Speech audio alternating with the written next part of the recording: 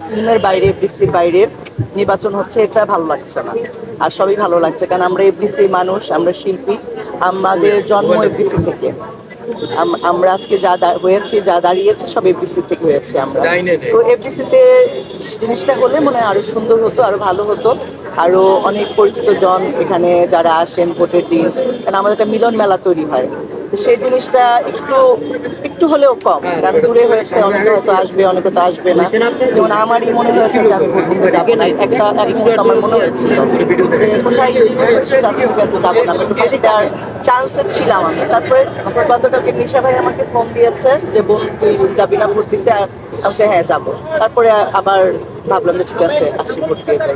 চলচ্চিত্র সংশ্লিষ্ট একটি সংগঠন, এটি চলচ্চিত্র শিল্পী সমিতিও রয়েছে। তো এই ধরনের সংগঠন নির্বাচনগুলোতে বা ইতিপূর্বে আমরা দেখেছি দলীয় একটি প্রভাব কিন্তু কাজ করেছে। সেই ক্ষেত্রে আসলে শিল্পীদের কেমন হওয়া উচিত বা এই সংগঠনগুলো দলীয় প্রভাব মুক্ত রাখা উচিত কিনা, আপনার বক্তব্যটা জানান। আসলে ফ্রম দ্য বিগিনিং শিল্পী সমিতি, ফিল্ম ক্লাব, এগুলা দলীয় কেন হয়ে যায় আমি জানি না। আমরা শিল্পী, এই সমিতিটা আসলে করা হয়েছে তেমন কোনো উদ্দেশ্য তো ওরকম না, যেখানে যেটা ফিল্মের আমাদের যারা ফিল্ম পরিবার আছে তাদেরকে নিয়ে ফিল্ম ক্লাবটা তৈরি করা হয়েছে। এখানে সবাই আসবে, গল্প করবে, আনন্দ করবে, এটাই আমাদের মূল কাজ, তাই না? এখানে এদের কোনো কিছু করার মতো কিন্তু কোনো কিছু নাই যে ফিল্ম ক্লাব অনেক কিছু উন্নত করে দিবে বা অনেক কিছু তৈরি করে দিবে, আমাদেরকে শিল্পী বানিয়ে দিবে বা এখানে চলচ্চিত্র বানাবে, তা কিন্তু না। এখানে ফিল্ম ক্লাবটা করা হয়েছে ফিল্মের যারা আছে, পুরনো নতুন শিল্পী যারা আছেন তারা এখানকার মেম্বার। তো তার এখানে আসবে, তার সবার সাথে সবার একটা মিলন মেলা তৈরি হবে, বছরে একটা পিকনিক হবে, একটা ইফতারের প্রোগ্রাম হবে, একটা কালচারাল প্রোগ্রাম হবে, এই জাতীয় কিছু একটা হবে আমাদের। তো এখন দেখা যায় যে প্রতি বছরই আমি দেখি কোনো গ্রুপ দাঁড়ায় ফোন করে, এই গ্রুপ ওই গ্রুপের বদনাম করে, ও এটা করেছে, ও ওটা করেছে। ভাই এত রেষারেষি কেন? এত রেষারেষি কেন? মানুষ বাঁচে কয়দিন? আমরা কয়দিন বাঁচবো? কেন আমাদের মধ্যে এত হিংসা বিদ্বেষ তৈরি হয়? আমি মনে করি যে যারাই পাশ করুক সংগঠনটার জন্য, এখানে তো আসলে করার কিছু নাই, এটাকে সুন্দর করে একটু অর্গানাইজ করা, যখন পিকনিক হবে যারা থাকবে তারা যেন পিকনিকটাকে সুন্দর মতো অর্গানাইজ করতে পারে, ইফতারটা সুন্দর করে অর্গানাইজ করতে পারে, একটা কালচারাল প্রোগ্রাম হলো অর্গানাইজ করতে পারে, সেইটুকুই আমাদের দরকার। এটা নিয়ে কেন এত রেষারেষি, এত যুদ্ধ, আমি আসলে কিছু। নায়িকাদের ক্ষেত্রেও দেখেছি আমরা যে পদবীর ট্যাগ নিয়ে এরা ব্যক্তিগত অনেক স্বার্থ হাসিলে বা বিভিন্ন কার্যক্রমে যুক্ত হয়েছে। এই বিষয়টা আসলে আপনার অবজারভেশন কি করেছে নায়িকারা আমি বুঝি না। নায়িকারা তো এই ধরনের পদবীর ট্যাগ নিয়ে এরাও তো বিভিন্ন স্বার্থ হাসিলের জন্য কাজ করেছে বা ব্যক্তি স্বার্থ নিয়ে আসলে অনেকেই কাজ করেছে। আপনি একজন জনপ্রিয় নায়িকা ছিলেন, সেই বিষয়ে আপনার নায়িকারা কেমন হওয়া উচিত? নায়িকা নায়ক আমি বলবো না, সবাই আমরা মানুষ, নায়িকাও মানুষ, নায়কও মানুষ, যে ভিলেন করে সেও মানুষ। এখন অনেকে চলচ্চিত্র করে গেছে, অনেক পরিচিতি নিয়ে বেঁচে আছে, অনেকে এমন কিছু মানে কাজ করে গেছে যাদের পরিচিতিটা ওইভাবে হয়নি, বা সুস্থ ছবি, সুস্থ ধারার ছবি যেটাকে বলবো আমি, শাবনূর, মৌসুমী, পপি, পূর্ণিমা, আমরা যেই টাইপের, দ্বিতীয়াপা, চম্পাপা, আমরা যেই টাইপের ছবি করেছি, কারণ আমরা তো এসে দ্বিতীয়াপা চম্পাপাকে পেয়েছিলাম, আমরা যে টাইপের ছবি আমরা করেছি, আমাদের পরবর্তী প্রজন্ম যারা এসছে তারা অশ্লীলতাটাকে মানে এমনভাবে ছড়িয়ে দিয়ে গেছে ইন্ডাস্ট্রিতে, শুধু ইন্ডাস্ট্রি না, সারা বাংলাদেশের যত পৃথিবীর যেখানে যত বাংলাদেশি ভাই বোনের আছে সবার মাঝে এই বীজটা বুনে দিয়ে গেছে। এখন অনেকের হয়তো কাজ নাই, ঘরে বসে থেকে কি করব, আমি নির্বাচনে দাঁড়িয়ে আমি এটা হাসিল করি, যার যার পার্সোনাল ব্যাপার, কে কিভাবে নিজেকে মানুষের সামনে নিয়ে আসবে, তাই না? যেমন প্রতিবারই নির্বাচনের জন্য আমাকেও ডাকা হয়, বলা হয়, শিল্পী সমিতি নির্বাচন তো প্রতি বছরই আমাকে বলা হয় দাঁড়ানোর জন্য, আমার সময় হয় না, আমি দাঁড়াই না, বা আমার ওই পরিচিতির দরকার নাই, নোংরা পরিচিতিটা আমি চাই না। আমি শিল্পী, আলহামদুলিল্লাহ, জনগণের ভোটে, জনগণের পরিচয়ে বা জনগণ আমাকে ভালোবাসা দিয়েছে, দর্শকের ভালোবাসায় আমি আজকে যতটুকু ছিলাম, আমার মনে হয় আমি এখনো ততটুকুই আছি। আমার এতটুকু পরিমাণ আমার মানে দর্শকের ভালোবাসা কমে। আমি আলহামদুলিল্লাহ যেখানে যাই মানুষ আমাকে সম্মান করে, শ্রদ্ধা করে, ভালোবাসে, বড়রা আমাকে আদর করে, এই সম্মানটুকু নিয়েই মরার আগ পর্যন্ত, মানে মৃত্যু পর্যন্ত বেঁচে থাকতে চাই। শেষ করে দেন ভাই। রেশারেশির কথা বলছিলেন, আমরা দেখি সবই নির্বাচন আসলে এই ধরনের রেশারেশিগুলো সৃষ্টি হয়, আসলে কেন হয়? এটা কেমন হয় আপনারা যা দেখেন আমিও তাই দেখি। রেশারেশি তো হচ্ছেই, তাই না? এখন আমরা মানুষরা এত অ্যাগ্রেসিভ হয়ে যাচ্ছি, এত মানে হিংসাত্মক হয়ে যাচ্ছি, আমরা হিংসাপরায়ণ আমাদের মধ্যে হয়ে যাচ্ছে। আমি জানি না যে এই এক একটা চেয়ারের মধ্যে কি আছে যেটা নিয়ে এত মানুষকে হিংসাত্মক হতে হবে। আমার আসলে জানা নেই, আপনারা যা দেখছেন আমি কিন্তু তাই দেখছি। আমি কিন্তু এর চেয়ে বেশি মানে এক্সট্রা কিছু দেখছি না, বা আমার সাথে এটা নিয়ে কোনো আলোচনা হচ্ছে না। আমি দূর থেকে যা দেখি বা দুই চারজনের সাথে কথা হয়ে যা বুঝি, আমি বুঝি যে এখানে এই জিনিসটা আসলে আমাদের এখন বন্ধ করা উচিত। দেখেন সেকেন্ডের মধ্যে মানুষ মরে যাচ্ছে। অঞ্জনাপু সুস্থ একজন মানুষ, উনি সামান্য একটা জ্বর এসে দুনিয়া ছেড়ে চলে যাবো। কেউ আপনি আমি আমরা কেউ ভেবেছি আজকে আমি এখানে প্রবীর আঙ্কেল মারা গেল, ওনার মতো একজন ভালো মানুষ, মানে আমার সাথে অনেকগুলো ছবিতে আমি কাজ করেছি, মানে চিন্তাই করা যায় না।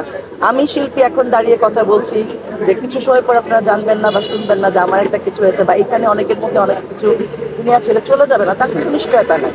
যার কারণে আমি মনে হয় দেশের যেই প্যান্ডামিক একটার পর একটা আসছে, করোনার পর এখন আবার নতুন একটা ভাইরাস শুরু হয়েছে, আমি মনে হয় মানুষের এইসব হিংসা বিদ্বেষ ছেড়ে ভালোভাবে ভালো পথে চলা উচিত। আমরা জানি যে আপনি দেশের কম থাকা হয়, বাইরে বেশি সময়। এটা আপনাদের ভুল ধারণা। আমি জানি না সবাই কেন বলে আমি দেশের বাইরে থাকি। আমি দেশেই থাকি, আমার বাচ্চারা এখানে স্কুলে পড়ে। আমি দেশের বাইরে খুব একটা থাকি না, তবে স্কুল বন্ধ থাকলে যাওয়া হয় বাইরে, এইটুকুই। আমি দেশেই থাকি, দেশেই আমার সবকিছু। বাংলাদেশে জন্ম, মৃত্যুটাও যেন বাংলাদেশে হয়, এই মাটিতেই যেন হয়। ধন্যবাদ। হ্যাঁ, থ্যাংক ইউ। অঞ্জনা আপু মৃত্যু নিয়ে এখনো রহস্য চলছে, সেই বিষয়টা কেমন কিছু বলবেন আপনি? ভাইয়া আমি না রহস্য কিছু, আমার ফোনটা ছিল এখানে রাখছি, সরি। আমি না রহস্য বুঝি না এখন। যে পরিমাণ আমি কদিন ধরে মানে আমার পরিচিত জনের মধ্যে আমি অনেকে শুনেছি যে একটা জ্বর এখন মানে এমন একটা ভাইরাস এসছে, যে ভাইরাসটা থেকে দেখা যাচ্ছে জ্বর আসছে, জ্বর থেকে ব্রেন স্ট্রোক করছে। আমি জানি না অঞ্জনাপুর সেই ধরনের কোনো ভাইরাস অ্যাটাক করেছিল কিনা, কারণ একটা জ্বর থেকে মানুষ মারা যায় এটা আসলে ভাবতে কিন্তু মানে অবাকই লাগে যে একটা জ্বর এসে কিভাবে। এখন রহস্য খুঁজতে গেলে তো কত কিছুই মানে বেরোতে পারে, নাও বেরোতে পারে। আমি মনে করি যে মানে ওনার মৃত্যুটা এইভাবে ছিল, উনি দুনিয়া এই কদিনের জন্যই আল্লাহর কাছ থেকে হায়াত নিয়ে আসছে। ওনার হায়াত শেষ হয়েছে, উনি দুনিয়া ছেড়ে চলে গেছে। একটা মানুষ চলে গেছে, এখন সব নোংরা আলোচনা করে এই হলো না ওই হলো না, তাকে মানে এগুলো বলে মনে হয় বিতর্ক না তৈরি করাই উচিত। ধন্যবাদ সবাইকে। আসলে সালমান শাহর সাথে সিনেমা করেছেন, প্রিয়জনের কথা বললাম, প্রথম যখন ঢুকলেন, তো এই প্রিয়জন সম্পর্কে বা সালমান শাহ বিষয়ে একটু স্মৃতিচারণ যদি করতেন।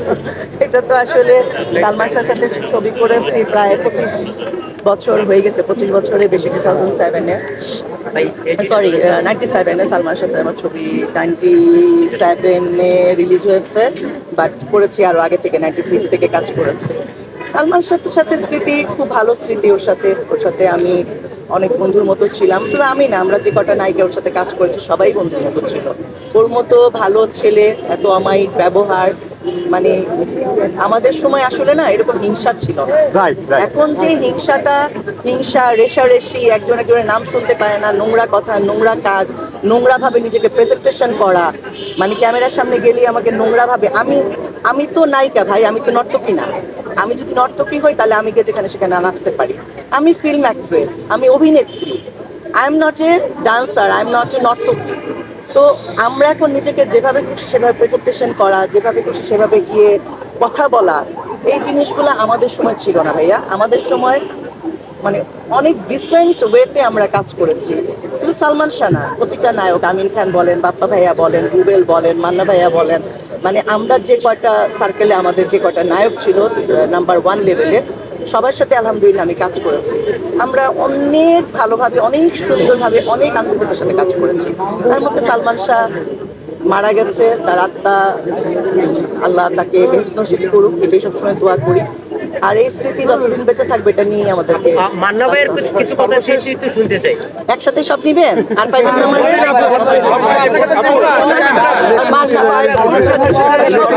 কি কথা হয়েছিল একবারই বলে দেন, ঝামেলা শেষ। মানে সালমান শাহর সাথে সর্বশেষ আপনার কি কথা হয়েছিল মৃত্যুর আগে? মৃত্যু তো অনেক, মানে মৃত্যুর আগে ওর সাথে আমরা তো জানি না যে মারা যাবে। ও তো মানে সুস্থ সবল একটা ছেলে ছিল, হইচই করতো কাজের সময়, গল্প করতো। আমি মানে এভরিস্টের লাস্ট ওর সাথে আমার ডাবিং থিয়েটারের সামনে কথা হয়েছিল।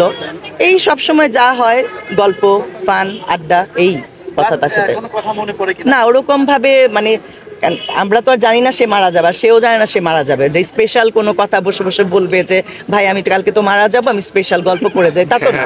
তো ন্যাচারালি নর্মালি কথা বলতে যা হয়, নর্মালি এই যে আপনার সাথে এখন আমি যে গল্প করছি, এটার স্পেশাল ওরকম স্পেশালিটি নাই, তাই না? আমি ইন্টারভিউ দিচ্ছি, কথা বলছি, এটাই হচ্ছে কথা। আর মান্না ভাই সম্বন্ধেও বলবো, মান্না ভাইয়ের সাথে আমি প্রায় 4-5টা কাজ করেছি। মান্না ভাই অসাধারণ একজন আর্টিস্ট ছিলেন এবং খুব মজার একটা লোক ছিল মান্না ভাই, এত স্নেহ করত। এবং প্রথম যখন আমি চলচ্চিত্রে আসি, আমি যখন বাংলার কমান্ডো ছবি শুটিং করি, তখন বোধহয় উনি আমার নেগেটিভ প্রিন্ট হচ্ছিল, তখন বোধহয় উনি ল্যাবে দেখেছিল। তারপর থেকে উনি আমার পিছনে লেগে থাকতো, তোমার সাথে একটা ছবি করতে চাই, তোমার সাথে একটা ছবি করতে চাই। তারপরে আলহামদুলিল্লাহ তার সাথে আমি ছবি করেছি, তার সাথে ছবি করা হয়েছে।